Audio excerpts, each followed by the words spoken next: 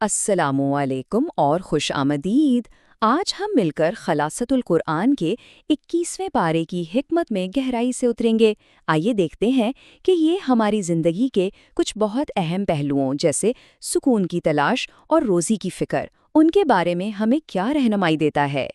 اور ہاں، یہ ساری معلومات جو ہم آج ڈسکس کر رہے ہیں، یہ مولانا محمد الیاس گمن صاحب کی بہترین کتاب خلاصۃ القرآن سے لی گئی ہیں۔ یہ کتاب قرآن کے خلاصے کو سمجھنے کے لیے ایک بہت ہی معتبر ذریعہ ہے۔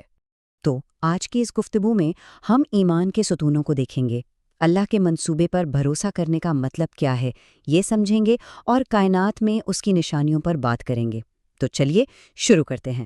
چلیں تو سب سے پہلے بات کرتے ہیں اپنے پہلے اور سب سے اہم موضوع پر، وہ دو ستون جو ایک مومن کی زندگی کی اصل بنیاد ہیں۔ دیکھیے، قرآن ہمیں دو بہت ہی بنیادی ستون دیتا ہے، ایک اللہ کی کتاب کی تلاوت اور دوسرا نماز قائم کرنا۔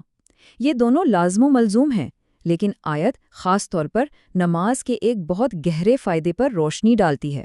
یہاں ہم دیکھتے ہیں کہ نماز ایک ڈھال کی طرح کیسے کام کرتی ہے۔ یہ ہمیں فحشا یعنی کھلی بے حیائی کے کاموں سے بچاتی ہے، اور منکر یعنی ہر اس کام سے بچاتی ہے جسے شریعت نے ناپسند کیا ہے، جیسے ناانصافی یا دھوکہ دہی۔ اس کا مطلب یہ ہے کہ جو حقیقی نماز ہے نا، وہ ہماری زندگی میں ایک زبردست مثبت تبدیلی لانے کی طاقت رکھتی ہے۔ اچھا، اب آئیے اگلے حصے کی طرف چلتے ہیں اور دیکھتے ہیں کہ یہ تعلیمات زندگی کی روزمرہ پریشانیوں، خاص طور پر رزق کی فکر کے بارے میں ہماری کیا رہنمائی کرتی ہیں۔ ہم میں سے کون ہے جو اپنے مستقبل اور اپنی ضروریات کے بارے میں فکر مند نہیں ہوتا؟ یہ ایک بہت ہی فطری انسانی احساس ہے، اور قرآن اس سے براہ راست بات کرتا ہے۔ یہ آیت ایک کتنی گہری تسلی دیتی ہے۔ یہ ہمیں یاد دلاتی ہے کہ رزق کا بوجھ ہمارے کندھوں پر نہیں ہے، بلکہ اس خالق پر ہے جو صرف ہمیں ہی نہیں بلکہ ہر جاندار کو رزق دیتا ہے۔ اسی یقین کو توکل کہتے ہیں، یعنی اپنی پوری کوشش کریں اور نتیجہ اللہ پر چھوڑ دیں۔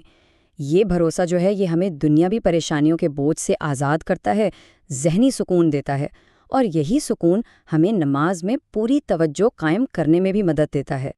اور یہ بھروسہ صرف رزق تک ہی محدود نہیں ہے۔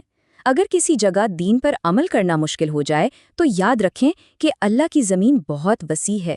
اپنے ایمان کی حفاظت کے لیے ایک جگہ سے دوسری جگہ ہجرت کرنا، یہ بھی اسی توکل کا حصہ ہے۔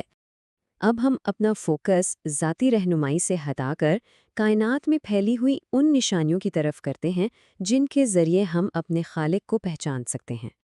تو سوال یہ پیدا ہوتا ہے کہ ہمیں یہ نشانیاں کہاں نظر آ سکتی ہیں؟ قرآن ہمیں دعوت دیتا ہے کہ ہم اپنے ارد گرد اور خود اپنے وجود پر غور کریں۔ اور یہ نشانیاں تو ہر جگہ ہیں، ہماری اپنی پیدائش میں، خاندان کے سکون میں، زبانوں اور رنگوں کے فرق میں، دن اور رات کے آنے جانے میں، اور یہاں تک کہ آسمان میں چمکتی بجلی میں بھی۔ یہ سب چیزیں ایک ہی خالق کی قدرت اور حکمت کی طرف اشارہ کرتی ہیں۔ لیکن جب انسان ان نشانیوں کو نظر انداز کر کے اپنی منمانی کرتا ہے تو نتیجہ کیا ہوتا ہے؟ زمین پر فساد اور بگاڑ پیدا ہوتا ہے۔ یہ آیت صاف صاف بتاتی ہے کہ دنیا میں جو بے ترتیبی نظر آتی ہے نا، وہ اکثر انسانی اعمال کا ہی نتیجہ ہوتی ہے۔ آج ہم نے جو کچھ بھی سیکھا وہ اس پارے کی حکمت کے سمندر کا صرف ایک قطرہ ہے۔ یہ سفر یہاں ختم نہیں ہوتا، بلکہ یہ تو بس شروعات ہے۔ تو اس ساری گفتگو کا نچوڑ کیا ہے؟ 3 اہم باتیں یاد رکھنے کی ہیں۔ اپنی زندگی کو نماز اور تلاوت سے مضبوط بنائیں، اللہ کے منصوبے پر مکمل توکل کریں، اور کائنات میں اس کی نشانیوں پر غور و فکر کرتے رہیں۔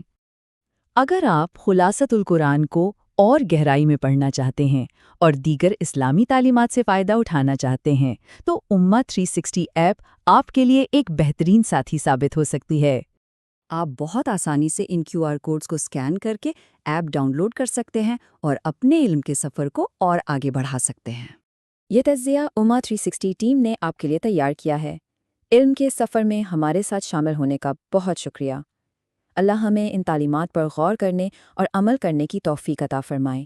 آمین۔